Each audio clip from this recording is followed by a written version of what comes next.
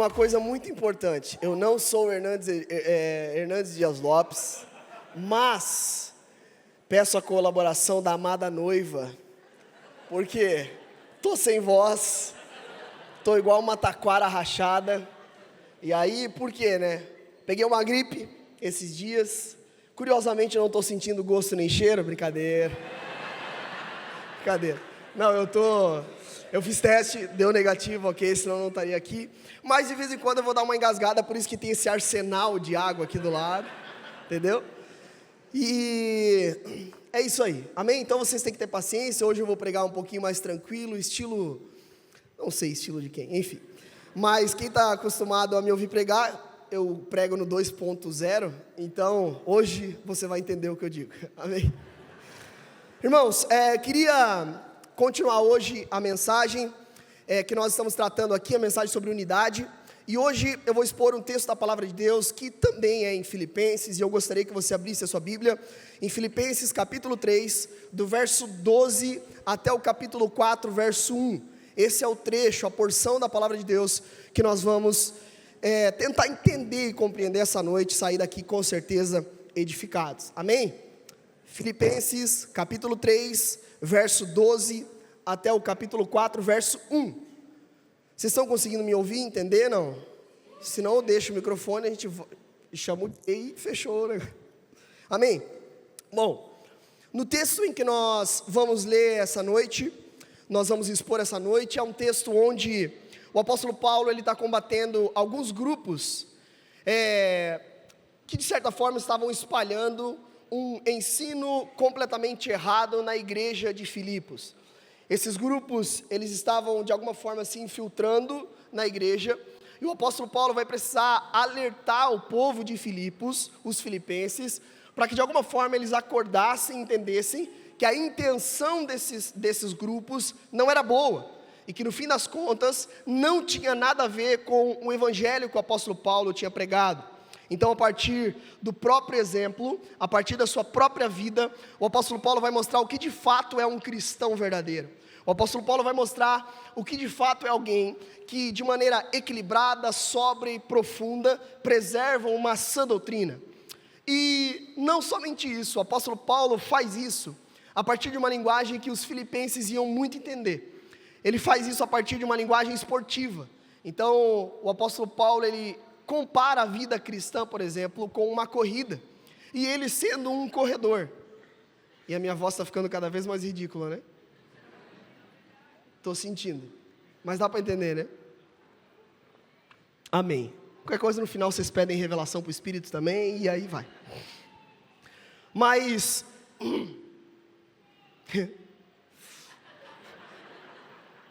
a minha esposa que não gosta que eu faça esses barulhos está ferrada hoje.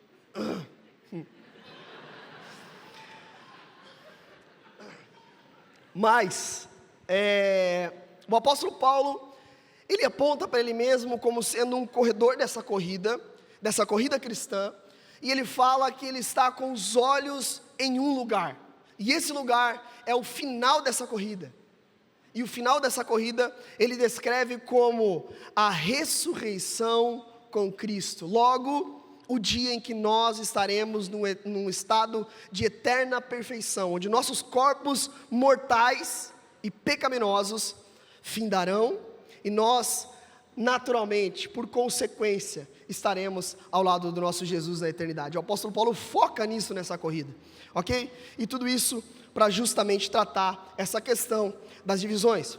Por isso o tema da mensagem que eu vou compartilhar com você essa noite, ela tem a ver com a corrida cristã, mas também tem a ver com o prêmio final.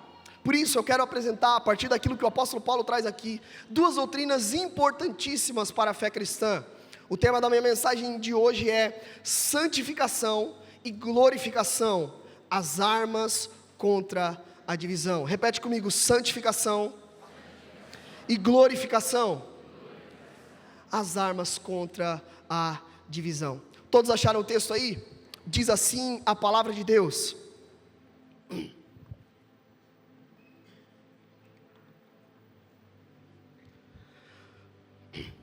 não estou dizendo que já obtive tudo isso, que já alcancei a perfeição, mas prossigo a fim de conquistar essa perfeição, para a qual Cristo Jesus já me conquistou. Não, irmãos, não a alcancei, mas concentro todos os meus esforços nisto, esquecendo-me do passado e olhando para o que está diante.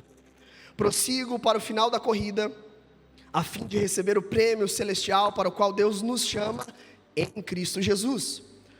Todos nós que alcançamos a maturidade, devemos concordar quanto a essas coisas. Se discordam em algum ponto, confio que Deus os esclarecerá para vocês. Contudo, devemos prosseguir de maneira coerente com o que já alcançamos. Irmãos, sejam meus imitadores e aprendam com aqueles que seguem o nosso exemplo. Pois como lhes disse às vezes, e digo novamente, com lágrimas nos olhos, há muitos cuja conduta mostra que são, na verdade, inimigos da cruz de Cristo. Estão rumando para a destruição. O Deus deles é o seu próprio apetite. Vangloriam-se de coisas vergonhosas e pensam apenas na vida terrena. Nossa cidadania, no entanto, vem do céu, e de lá aguardamos ansiosamente a volta do Salvador, o Senhor Jesus Cristo. Ele tomará nosso frágil corpo mortal e o transformará num corpo glorioso como o dele, usando o mesmo poder com o qual submeterá todas as coisas a seu domínio. Portanto, meus amados irmãos, permaneçam firmes no Senhor. Amo vocês e anseio vê-los, pois são minha alegria e a minha coroa de recompensa. Eu sou meu, está falhando.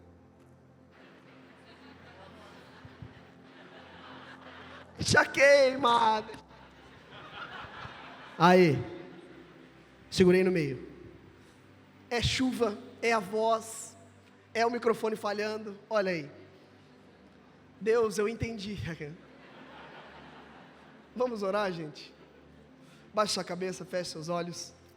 Vamos conversar com o Senhor. Espírito Santo de Deus, nós te pedimos que o Senhor nos ilumine diante da tua palavra. Que o Senhor nos ajude a compreender as verdades profundas e eternas que estão presentes aqui nesse texto. Ó Pai, nós clamamos a Ti que mesmo esse texto sendo escrito há muito tempo, nós cremos que é a Tua palavra. E nós bem sabemos que a Tua palavra, ela nunca volta vazia. Por esse motivo, Espírito Santo de Deus, me use como ministro aqui do Evangelho, para de fato, ó Pai, pregar a Tua igreja, e que possamos sair daqui, Pai, edificados pela Tua palavra, para que o Teu nome seja glorificado. Em Teu nome é que eu oro, amém e amém. Bom, em todo o capítulo 3, o apóstolo Paulo, ele está combatendo esses grupos. Aqui em todo o capítulo 3, nós percebemos que Paulo combate alguns tipos de comportamento. Um ele é mais claro, um outro ele é um pouco mais subjetivo, mas que indica que são dois grupos. Até os comentaristas bíblicos, eles divergem um pouco em relação a se tem só um grupo que Paulo está combatendo, ou se são dois grupos que o apóstolo Paulo aqui está visando combater e alertar os crentes. Eu entendo particularmente que são dois grupos, tendo em vista que existem algumas atitudes do segundo grupo que ele cita, que são os libertinos, que nada tem a ver com atitudes que os judaizantes tinham. Então eu creio que de fato o apóstolo Paulo aqui nesse texto está combatendo dois grupos. Que grupos são esses, pastor? Os judaizantes e os libertinos, ok? Ameaças que eram, por sua vez, ameaças externas e internas. Como assim, pastor? Ameaças externas, porque esse primeiro grupo, os judaizantes, eles eram grupos, uma espécie de grupos missionários, que eles vinham de Jerusalém para tentar disseminar uma espécie de legalismo acrescentado à mensagem do Evangelho. Por outro lado, os libertinos eram esse grupo que estava crescendo dentro da própria igreja. Grupo esse que de alguma forma tinha como premissa alguma teologia que nós encontramos infelizmente nos nossos dias já, que é o fato de que se somos alcançados por Cristo agora, tudo é graça, graça, graça, não preciso fazer mais nada, Jesus meu docinho, meu lindo, meu maravilhoso, e a vida de perna para o ar. Portanto, o apóstolo Paulo olha para aquilo e de fato ele vai combater sobre esse primeiro grupo, para que nós entendamos onde nós estamos no trecho que nós acabamos de ler. Esse primeiro grupo, o apóstolo Paulo, por conta de todo o perigo que os judaizantes já tinham representado no ministério de Paulo, ele é muito mais incisivo. Vocês vão lembrar, por exemplo, que Paulo aos Gálatas já combate esse tipo de problema. E isso era tão forte, meus irmãos, que influenciou, vocês vão lembrar disso, Gálatas capítulo 2, o próprio apóstolo Pedro estava, de certa forma, abraçando uma visão meio judaizante da coisa, e Paulo chega para ele e dá no meio. Então era muito forte. Então em Filipos, de fato, havia uma influência judaizante, e o apóstolo Paulo vai ser, na carta da alegria, um pouco duro em suas palavras. No verso 1 até o verso 11, nós vamos ver Paulo, por exemplo, falando coisas como: cães, eles são cães devoradores, eles são mutiladores. Não deem ouvidos a esses cães mutiladores, cuidem com eles. Esses que querem dizer a vocês que vocês precisam abraçar, por exemplo, que era o ponto mais forte dos judaizantes, a circuncisão. Qual que era a ideia dos judaizantes? Beleza, bacana, Filipos 6, creram em Cristo, massa demais, mas, eu não sei se vocês sabem, mas para ser povo de Deus mesmo, vocês precisam... Para ser povo de Deus mesmo, vocês precisam abraçar a dieta judaica, mas o foco principal era a circuncisão. Ou seja, para que você fosse povo de Deus, não bastava ter a fé em Cristo, precisava acrescentar algum tipo de obra humana no sacrifício de Cristo. Então, beleza, o evangelho até é bonitinho, é bacana, mas vamos circuncidar? Essa era a ideia dos judaizantes, de modo que aqueles que não eram circuncidados, não eram considerados como povo de Deus, como salvos. E isso começou a entrar na mente dos crentes em Filipe, e o apóstolo Paulo vai dizer: cuidem com esses cães, cuidem com esses mutiladores. E aí ele vai apontar para o próprio exemplo. Ele vai dizer: inclusive, eu era exatamente igual a eles, ou melhor, eu não era igual não, eu era mais zeloso do que eles ainda. Eu era tão zeloso, mas tão zeloso em relação à lei. E ele vai dizer até do próprio exemplo que ele é um judeu, que ele é aquele criado aos pés de Gamaliel e assim por diante. Ele vai dizer: eu era tão zeloso, mas tão zeloso, que eu até perseguia a igreja. E ele vai dizer de tudo isso: olha, mas agora, do verso 1 ao 11, tá? Estou contando a história do 1 ao 11.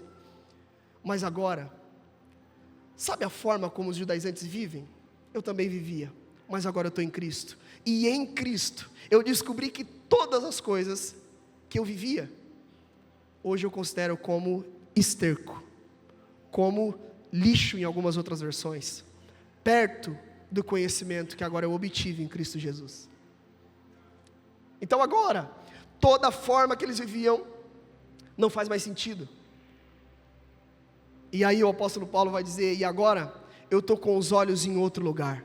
Eu estou com os olhos naquele dia onde o meu Senhor Jesus vai me buscar e vai me levar para a eternidade juntamente com Ele. E o verso 12, ele está no meio desses argumentos, que é o texto onde nós começamos a ler hoje. No verso 12 ele está no meio desses argumentos, e ele começa a dizer: eu não estou dizendo que eu já alcancei essa perfeição. Eu não estou dizendo que eu já sou o perfeitão.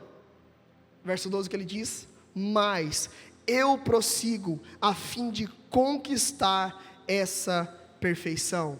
Mas não só isso, perfeição para a qual Cristo já me conquistou. Consegue perceber essa dança maravilhosa entre soberania de Deus e responsabilidade humana? O apóstolo Paulo aqui então está dizendo: olha, eu vou para um lugar e vou conquistar esse lugar, porque antes Jesus me conquistou. O apóstolo Paulo, nesse trecho que nós lemos, ele está se utilizando de uma linguagem esportiva.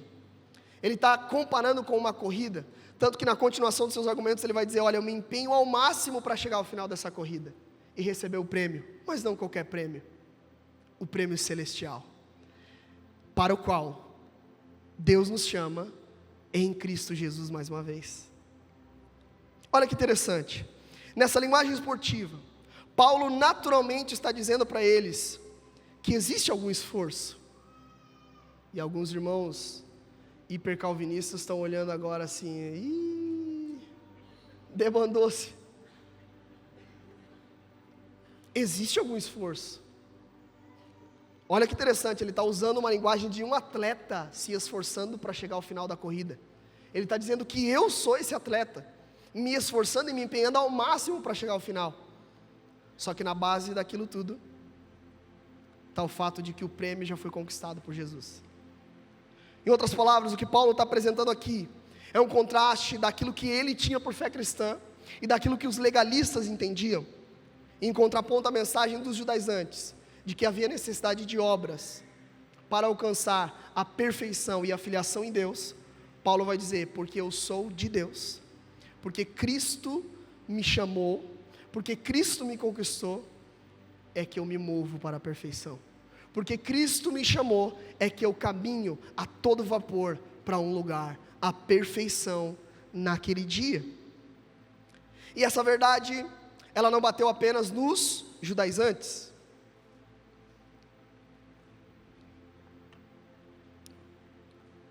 Essa verdade, ela não bateu apenas nos judaizantes, mas ela bateu também nos libertinos. Qual que era a premissa dos libertinos? Se Cristo me alcançou, se Cristo me conquistou, agora eu já não preciso fazer mais nada, agora eu estou de boa. Se Cristo já me salvou, se nós já fomos justificados, agora nós só precisamos fazer uma coisa: curtir a nossa vida, viver a vida.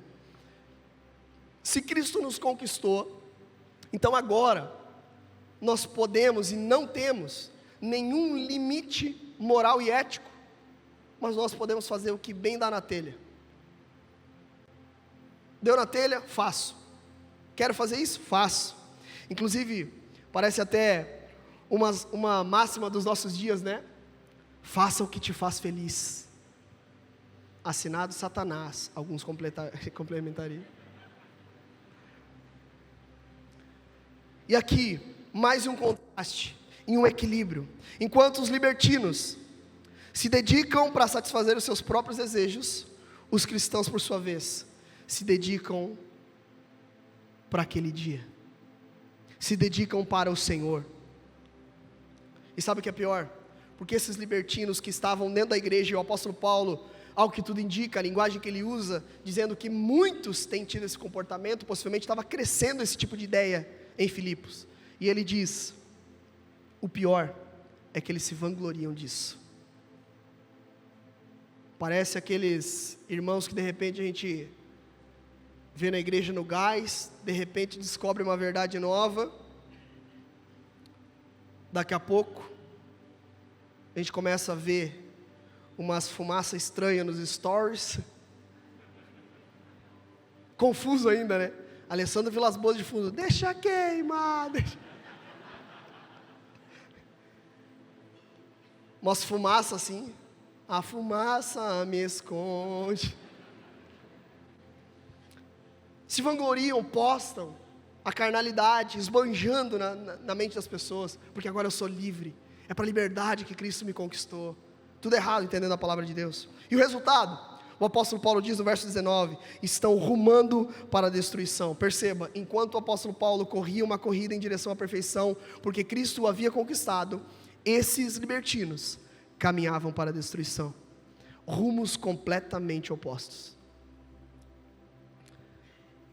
E aí ele vai olhar para toda aquela situação e alerta o povo dizendo o seguinte: sejam meus imitadores. Aprendam com aqueles que seguem o nosso exemplo. Pois como lhes disse muitas vezes, e o digo novamente com lágrimas nos olhos. Perceba, na carta da alegria, o apóstolo Paulo está em lágrimas, dizendo, há muitos cuja conduta mostra que são na verdade inimigos da cruz de Cristo.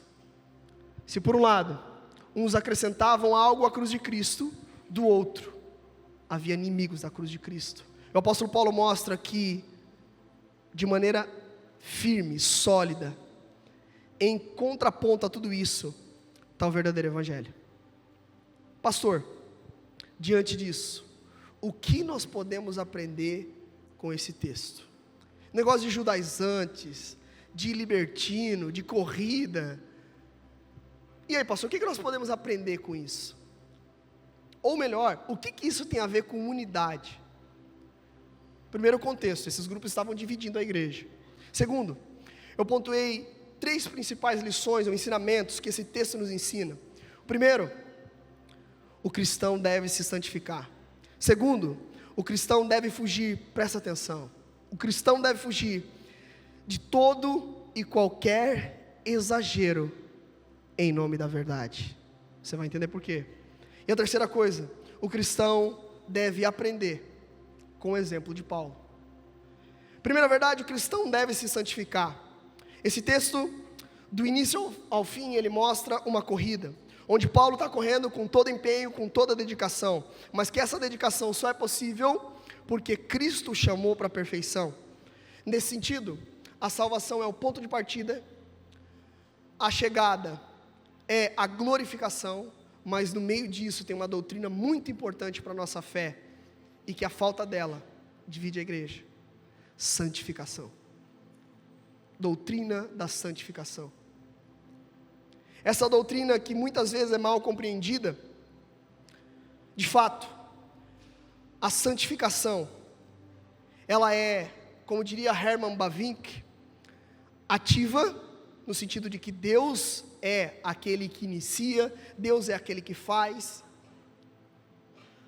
Inclusive, alguns textos do Novo Testamento mostram que Deus é que santifica o crente, mas por outro lado, a santificação também é ativa. Nas palavras de Herman Bavinck, as próprias pessoas são chamadas e capacitadas a santificar a si mesmas e a devotarem completamente suas vidas a Deus. Isso inclusive encontra apoio naquilo que o apóstolo Pedro diz: nós, enquanto cristãos, já recebemos todas as ferramentas necessárias para uma vida de devoção. Portanto, não há desculpa no que se refere à santificação de um verdadeiro crente. Um verdadeiro crente, ele está dando passos em direção à perfeição naquele dia. A corrida cristã, embora difícil, embora haja tropeços, embora seja agonizante, a palavra corrida cristã no grego é agona, que é de onde vem a nossa palavra agonia. Embora seja agonizante essa corrida, ainda assim, existe um final prometido, glorioso, de perfeição. E o verdadeiro crente, ele sai de um ponto, pela graça de Deus, e pela mesma graça, ele continua dando passos em direção, de modo que, se você é um crente de verdade, e você não tem se desenvolvido na sua fé, tem algo errado. De modo que, se você é um crente, você precisa entender que no próprio Novo Testamento, onde diz que Deus é que santifica, também tem textos como: não dê lugar à carne, resista ao diabo, ore sem cessar. Você acha mesmo que teriam imperativos divinos no Novo Testamento para gente que não consegue fazer isso? Lembrando, a palavra de Deus para os crentes é a palavra de Deus. Portanto, no verdadeiro crente, é natural, porque Cristo o conquistou, ele viver a santificação, enquanto não chega a glorificação. Nós caminhamos para esse lugar. De fato, no que se refere à salvação, Deus faz tudo. Nós fomos justificados, inclusive, pela própria fé que Deus nos dá. Mas, do outro lado, essa mesma graça que se revelou salvadora aos homens, nos conduz à vida piedosa. Paulo dizendo a Tito, capítulo 2, versos 11 e 12, ele diz: porque a graça de Deus se manifestou salvadora a todos os homens. Ela, quem? A graça, nos ensina a renunciar à impiedade e às paixões mundanas, e a viver de maneira sensata, justa e piedosa nesta era presente. Portanto, não há desculpa no Evangelho. Se tornar povo de Deus não é possível por suas obras, mas certamente, como povo de Deus, fomos chamados para boas obras.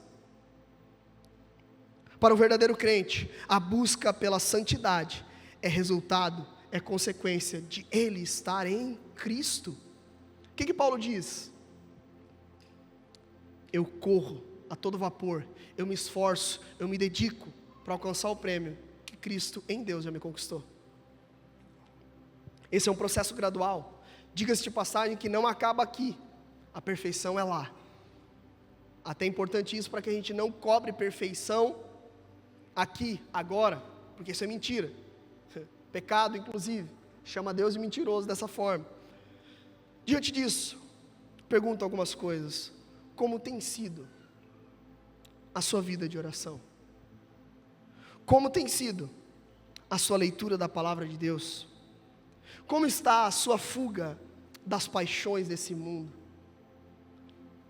Como está o seu apreço pela sua igreja local? Como está o seu esforço pela unidade da igreja? Nós fomos chamados a ser uma igreja, só que isso só é possível quando os crentes genuinamente entendem que em Cristo eles são santos. Isso inclusive nos lembra o título do livro do Heavy, O Cristão Comum. Porque de fato o cristão comum, porque está em Cristo, vive a santificação e não somente isso, está empenhado nisso. Segunda lição que esse texto nos ensina, e aqui muito importante, sobretudo no que se refere à unidade, nós aprendemos nesse texto a fugir de todo e qualquer exagero em nome da verdade. Pastor, o que isso tem a ver com o tema? Tudo, porque certamente todo e qualquer exagero em nome da verdade divide a igreja. Todo e qualquer exagero em nome do evangelho divide igrejas locais. Os exageros levam pessoas a puxar de um lado para o outro, com discussões muitas vezes secundárias, terciárias, em detrimento da mensagem do evangelho, da corrida verdadeira que nós estamos rumando juntos para a perfeição em Cristo. Tanto nos legalistas como nos judaizantes, e por que eu falo exagero em nome da verdade? Existia uma espécie de verdade. Qual é a verdade dos dois grupos? Por exemplo, os judaizantes até concordavam, alguns dizem que até por boa vizinhança, obviamente, também acredito nisso.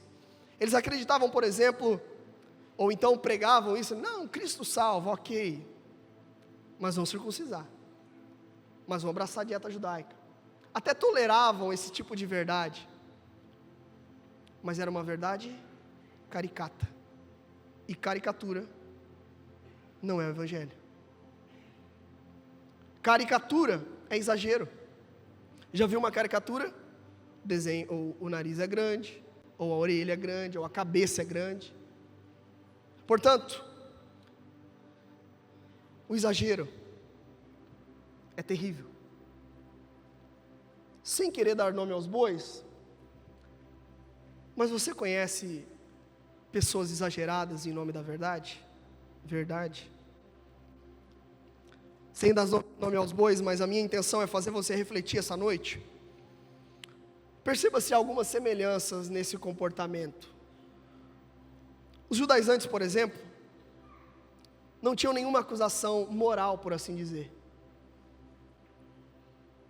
Mas eles eram extremamente legalistas na forma de viver, de modo que eram categóricos nas respostas, no jeito de viver.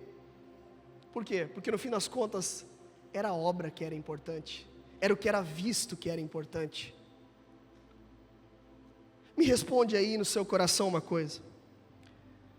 Existem alguns movimentos que em nome do evangelho, ou em nome da tradição, massacram reputações, sim ou não? Existe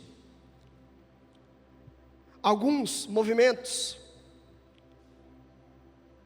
exigindo uma moralidade perfeita, pregando uma moralidade inatingível. Existem esses movimentos? Existem alguns movimentos nos nossos dias que trazem um peso sobre crentes simples em nome do evangelho, dão conselhos categóricos quando questionados, por exemplo, em redes sociais ou em algum painel da vida, sem avaliar a situação pastoral, sem tentar compreender o coração, a história, os dilemas. se apresentam como os donos da verdade, quando na verdade estão distorcendo a verdade. Você conhece alguém assim? Você percebe esse movimento nas redes sociais?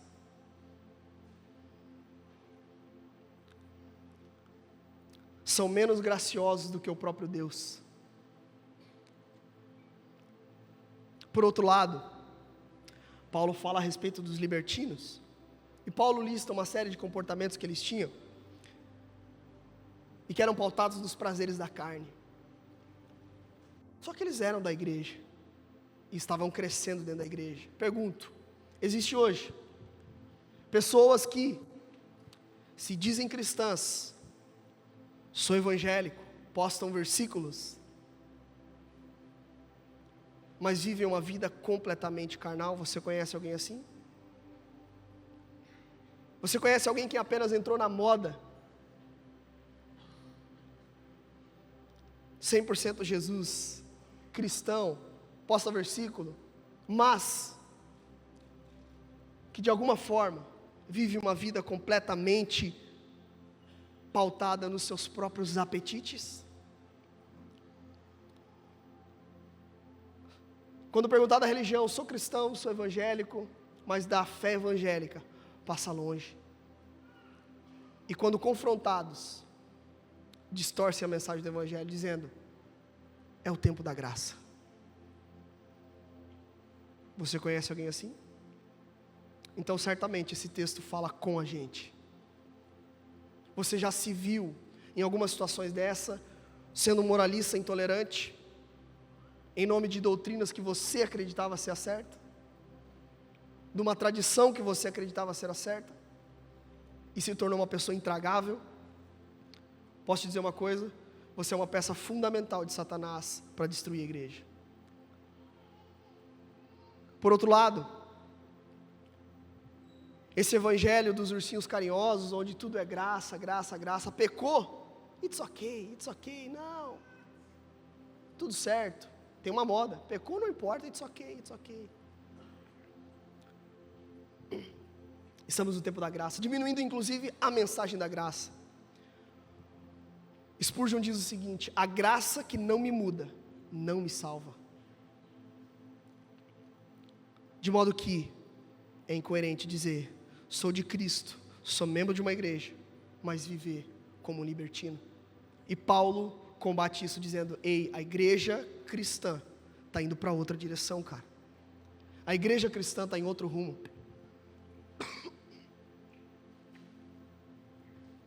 Então, devemos fugir de todo e qualquer exagero em nome da verdade. Por quê? Porque é exatamente esse exagero que faz com que o mundo, por exemplo, não saiba as marcas da verdadeira igreja. E essa é uma responsabilidade nossa. Por fim, terceira e última lição que aprendemos com esse texto é que nós devemos aprender com o exemplo de Paulo. Paulo, ele diz: sejam meus imitadores. E Paulo, ele combate o exagero por parte desses grupos, ele apresenta um caminho de fato verdadeiro, aponta para ele mesmo dizendo: olha, eu estou nesse constante empenho de conquistar a perfeição, porque Cristo me conquistou. Mas Paulo, nessa caminhada, nos mostra uma lição importantíssima. A última doutrina que eu acredito que está aqui nesse texto, a da glorificação. Crentes vivem no constante exercício de colocar os olhos na eternidade. Os crentes estão a todo tempo com os olhos em um lugar. O apóstolo Paulo, respondendo aos exageros desses dois grupos, uma coisa tem em comum. Verso 10, quando ele responde aos legalistas: quero conhecer a Cristo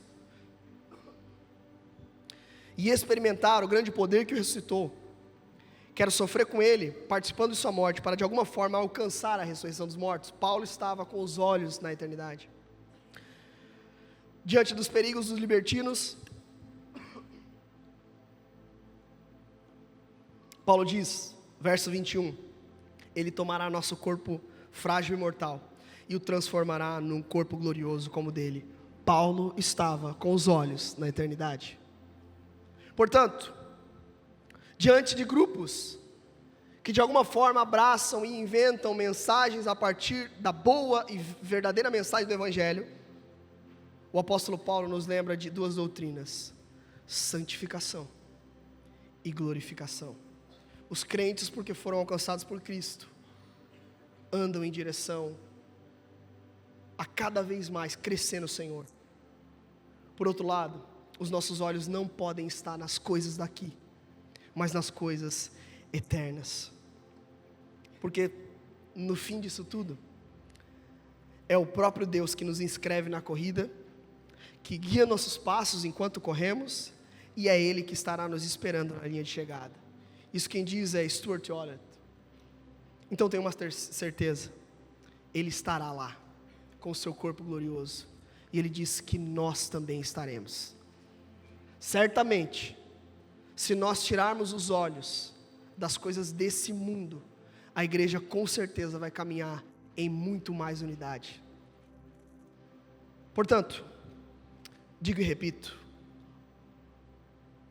um dos grandes motivos de divisão da igreja em nossos dias são a falta, de viver uma vida santificada, abraçarmos exageros em nome da verdade e, por fim, olharmos para coisas terrenas.